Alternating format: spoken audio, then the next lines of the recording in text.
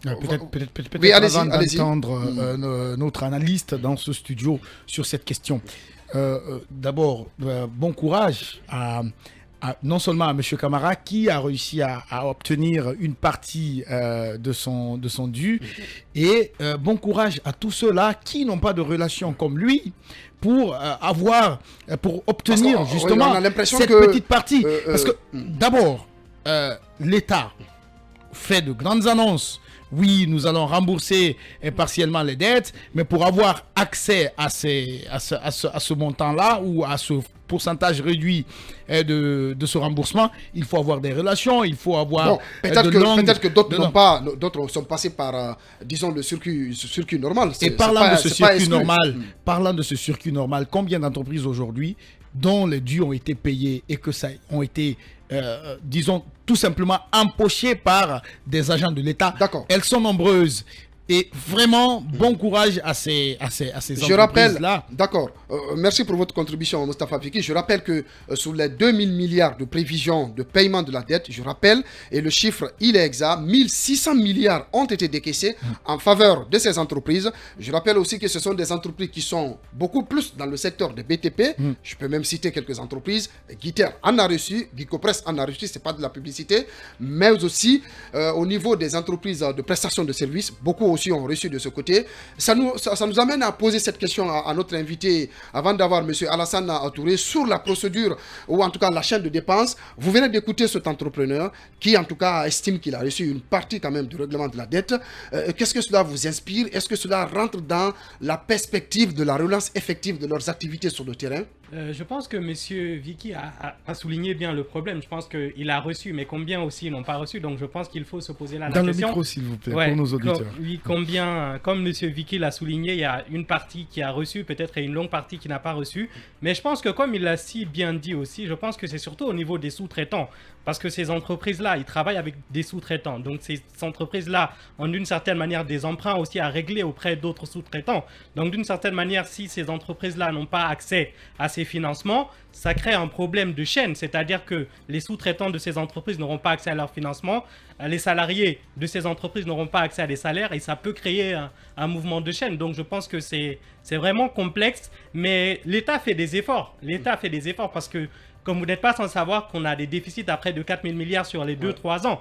Donc avec ces déficits-là, il faut non seulement financer des infrastructures et aussi financer d'autres dépenses pour l'État. Donc je pense que ça va être compliqué. Mais comme je le dis aussi souvent, je pense que c'est un problème de gouvernance. Et il faudrait peut-être essayer de voir comment essayer de trouver d'autres sources de financement, élargir l'assiette fiscale. Et comme je le disais en prélude de l'émission avec M. Boy, je pense qu'au-delà de tout, il faudrait vraiment réfléchir à plus de stabilité sociale parce que le social est lié à l'économie. Et tant que ça ne marche pas, on aura moins d'entrées d'argent et on aura toujours des budgets déficitaires. Vous allez prendre, M. Thiam, la parole dans la seconde partie de ce magazine, y compris aussi M.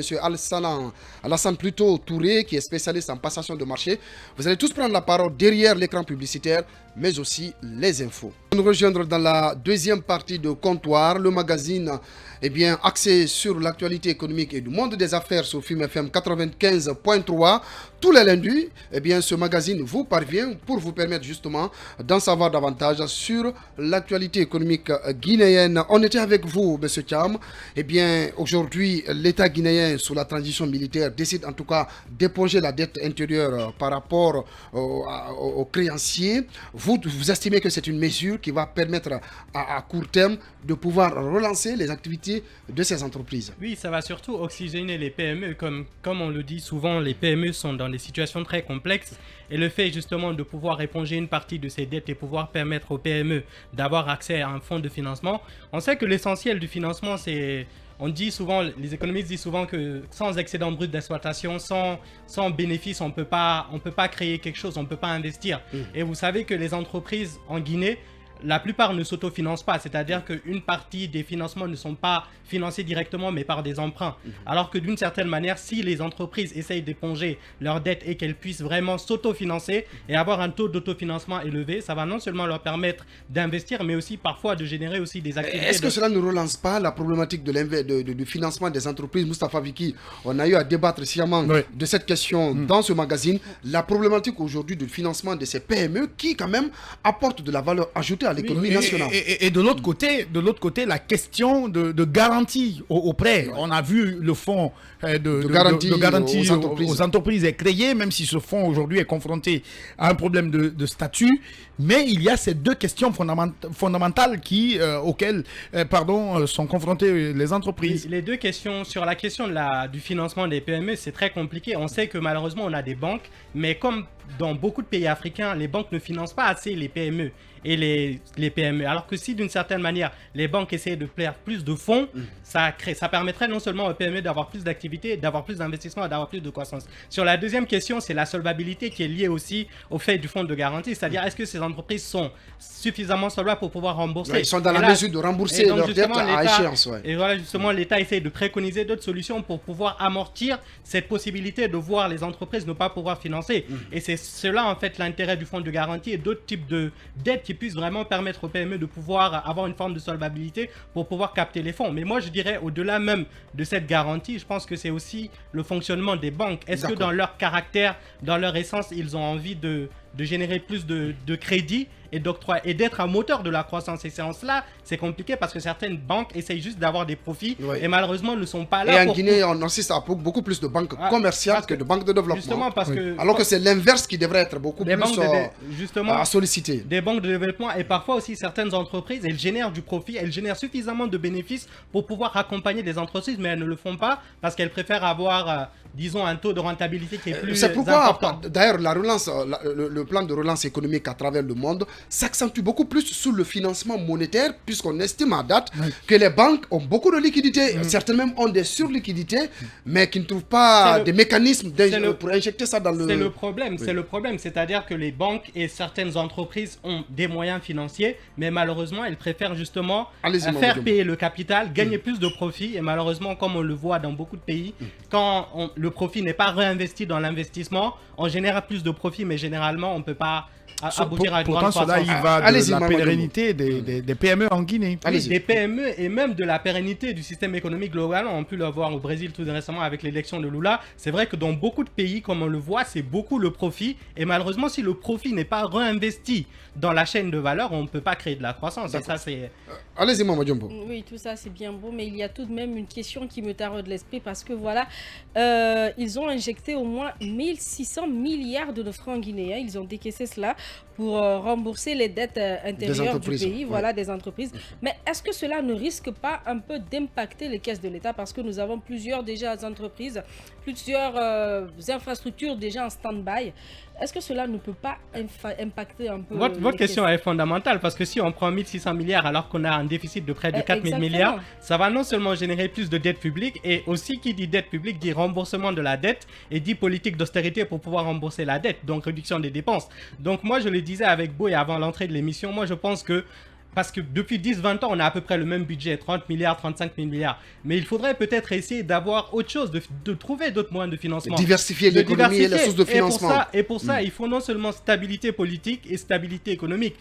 Les deux sont corollaires. Il y a une corrélation entre la stabilité politique qui, elle, permet d'engendrer du tourisme, d'engendrer des investisseurs. Et plus il y a le favoriser l'environnement des affaires. Plus l'environnement, le climat des affaires est adéquat, plus on aura d'entreprises qui viendront et plus on aura d'impôts et plus l'État pourra rembourser. Et aussi, le second aspect qui est aussi fondamental et vital, c'est aussi essayer vraiment d'une certaine manière aux entreprises de trouver d'autres moyens de financement. Parce que les financements classiques, c'est très compliqué. Et est-ce qu'il ne faudrait peut-être pas penser au partenariat public-privé, comme je le répète souvent? Parce qu'on a des PME qui sont là, on a de grandes entreprises qui sont là, mais concrètement, plutôt que de leur dire on vous donne Simandou, mais concrètement, si on vous donne Simandou, concrètement, on n'a pas besoin d'argent de fonds, mais on a besoin d'infrastructures en nature, des contrats pragmatiques. Et je pense que si on joue sur cela, on aura non seulement plus de financement, et qui dit plus de financement, dit plus d'infrastructures et dit moins d'argent aussi consacré aux dépenses d'investissement. On a entendu un entrepreneur bénéficiaire du règlement de la dette intérieure. On est en train d'écouter en tout cas les analyses de M. Arseni Thiam. À présent, on va partir sur le terrain pour aussi recueillir l'analyse des spécialistes en passation de marché public, puisque ces entreprises, on suppose que la plupart ont souscrit, n'est-ce pas, à des marchés publics pour pouvoir, n'est-ce pas, faire leurs prestations sur le terrain. On va aller vers vous. Aujourd'hui, je le disais tantôt, le stock de la dette intérieure, c'est à peu près 42% du produit intérieur brut. Et quand vous prenez la dette extérieure, c'est aux alentours de 51% du produit intérieur brut. Est-ce qu'à date, on peut dire que les nouvelles autorités de la transition font quand même des efforts pour pouvoir assainir, disons, les finances publiques et faire face, par exemple, au règlement de la dette intérieure? En tout cas, par rapport au déficit... Dans le micro, s'il vous plaît. Par rapport au déficit du régime Condé, il y a quand même une amélioration et une réduction de certaines dépenses. Donc, d'une certaine manière, le gouvernement essaye de grignoter un peu partout pour pouvoir réduire son déficit. Mais vous n'êtes pas sans savoir que dans une période justement de Covid où il y a des dépenses supplémentaires qui sont dues, c'est très difficile non seulement de faire des économies, en même temps de financer un manque criard d'infrastructures. Donc je pense que le gouvernement est confronté à ce problème majeur et donc il faut non seulement faire des économies mais peut-être aussi trouver d'autres moyens de financement. C'est la question fondamentale pour moi parce que un budget très constant autour de pendant de nombreuses années, ça ne peut pas générer quelque chose de plus. Moi, je pense qu'il faut un choc exogène. Et pour qu'il y ait un choc exogène, il faudrait peut-être changer les moyens de se financer. Et ce choc exogène devrait passer par quoi, par exemple? Justement, ce choc exogène devrait passer par un moyen de financement différent. Pas simplement essayer de jouer sur, par exemple, nos recettes classiques, mais essayer de voir est-ce qu'on ne pourrait pas, comme on l'a dit, développer le PPP, le partenariat public et privé, pour vraiment avoir des infrastructures de qualité, parce que beaucoup de pays le font. Ils ne demandent pas, contrairement à nous, d'avoir des sommes en nature qui parfois peuvent être victimes de corruption, mais ils demandent concrètement des infrastructures en nature. Moi, je pense que c'est la clé. On avait un ministre des Investissements qui avait cette idée-là vraiment de promouvoir. Vous voulez parler de Curtis ou... Oui, qui avait justement ce projet-là, mais malheureusement, il n'y a pas eu assez de financement, il n'y a pas eu assez de soutien. La politique n'a pas été vraiment bien visible et l'impact n'a pas été visible. Mais je pense que l'idée est là parce que beaucoup de ministères aujourd'hui, non seulement au Cameroun, ou je pense aussi au Burkina, où ils ont des ministères publics et privés, ça permet justement de générer plus d'infrastructures en même temps de ne pas reposer sur le budget. Alors, dans un contexte où, dans un premier temps, le gouvernement de transition avait tablé sur un montant de 500 millions de francs guinéens pour payer la dette et puis échelonné à 7 milliards de francs guinéens. Donc, la fourchette était de 500 à 7 milliards de francs guinéens. Finalement, quel schéma pour éviter prochainement que l'État ne reste devoir à ces entreprises sur une période beaucoup plus longue, alors que ces entreprises aussi ont besoin de ressources financières pour pouvoir fonctionner sur le terrain. Est-ce qu'il y a un mécanisme? Votre question est fondamentale, mais quand on a des déficits et qu'on doit gérer un déficit de plus de 3 000 milliards, n'oubliez pas, un déficit, c'est quoi? C'est qu'on a plus de dépenses que de recettes. Donc finalement, même quand on paye les entreprises à 2 000 milliards, où trouver les fonds? Et donc, comme je l'ai dit, où trouver les fonds? Si on n'a pas assez de recettes et on n'a pas assez d'entreprises qui rentrent, qui payent des impôts, l'État ne peut pas inventer des choses. Avant, ce qu'on faisait, c'était de faire de la création monétaire et de générer de la propre monnaie. Les émissions d'obligations. Voilà, des émissions. Et parfois, l'État même imprimait des billets pour générer de l'argent. Et ça crée beaucoup de dévaluation. Et aujourd'hui, les économies le savent que beaucoup d'inflation crée malheureusement de la dévaluation. Donc, on est limité maintenant. Maintenant, tout ce qu'on peut faire, c'est vraiment de créer des modèles innovants. Et je pense que le partenariat PPP est la clé. Oui, en parlant de ce partenariat PPP, vous parlez par exemple, vous avez donné un exemple sur des entreprises qui pourraient nous rembourser en nature. Est-ce que en appliquant justement, parce qu'on a vu, c'est peut-être pas très lié au sujet du jour, mais on a vu tout à l'heure, récemment, le gouvernement est en train de faire par exemple du secteur agricole un levier de l'économie. En tout cas, la volonté a été exprimée. Comment justement réussir ce pari que vous êtes en train de décrire là dans ce secteur et éviter justement à ce que ce qu'on a vécu avec les autres entreprises dans le secteur du BTP par exemple ne se retrouve ou n'ait de l'impact sur les autres secteurs. Votre question est une question intéressante. Moi je pense qu'au niveau de l'agriculture on doit beaucoup jouer sur l'économie collaborative. C'est-à-dire qu'aujourd'hui on a des moyens de financement qui sont par exemple par des plateformes internet qui aujourd'hui financent beaucoup le secteur agricole. Mais malheureusement nous on est basé sur le financement classique. Et par exemple, il y a d'autres sources de financement, comme par exemple l'AFD ou des structures comme Afrique 8i, par exemple, qui investissent beaucoup dans l'agriculture et dans le développement de l'Afrique dans les pays africains. Mais malheureusement, nous, on se base sur le FMI, sur la Banque mondiale, et parfois l'argent L'argent est ailleurs. L'argent est dans l'économie collaborative. L'argent est dans d'autres types d'économies qui sont des financements qui peuvent permettre justement d'avoir plus d'impact. Et pour revenir aux partenariats publics et privés, c'est concrètement, c'est quoi? C'est-à-dire que moi, je n'ai pas des moyens de financer des infrastructures. Donc, qu'est-ce que je demande? Je demande aux entreprises qui sont là, aux PME qui sont là, de me financer, d'avancer d'une certaine manière les infrastructures. Et eux, financement, ils se rémunèrent avec quoi? Avec l'exploitation du service. Si c'est une autoroute, ils vont exploiter l'autoroute pendant des années. Et après, moi, une fois que l'autoroute sera faite et qu'ils exploitent l'argent 2-3 ans, moi, après, je récupère cette autoroute parce que l'autoroute est déjà financée. Pareil pour des infrastructures d'autres types comme des bâtiments ou des écoles. Donc, concrètement, c'est que eux, ils avancent le budget. Et par la suite, ils s'auto-exploitent avec des fonds. On peut par exemple demander pour les autoroutes de mettre en place des péages et ça permet de générer de l'argent. Et par la suite, justement, que cette infrastructure rentre dans le domaine public. Donc c'est un peu ça, c'est vraiment réfléchir à comment trouver des financements clés pour vraiment financer nos investissements. Alseni Thiam, je rappelle qu'il est économiste et chercheur associé à l'Institut de prospective et de sécurité. Peut-être la dernière question, parce que du côté de la région, on me signale qu'on est talonné par le temps. Félicitations à Lula. Voilà. Alors, bon, Lula, c'est le Brésil, nous parlons de la Guinée, voilà.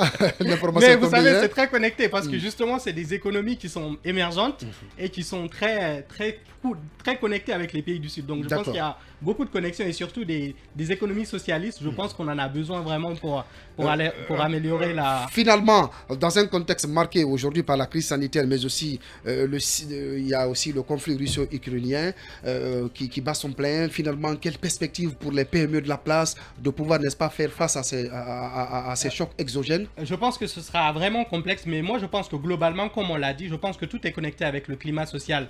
Et une fois que le climat, non seulement international, mais aussi au niveau national sera stable, je pense que les investisseurs viendront et les investisseurs viennent et ils utilisent les sous-traitants. Donc les sous-traitants sont nos PME. Et une fois que nos PME sont bien installés et que le pays est stable socialement et politiquement, je pense que la croissance viendra naturellement au vu de toutes les richesses dont on dispose.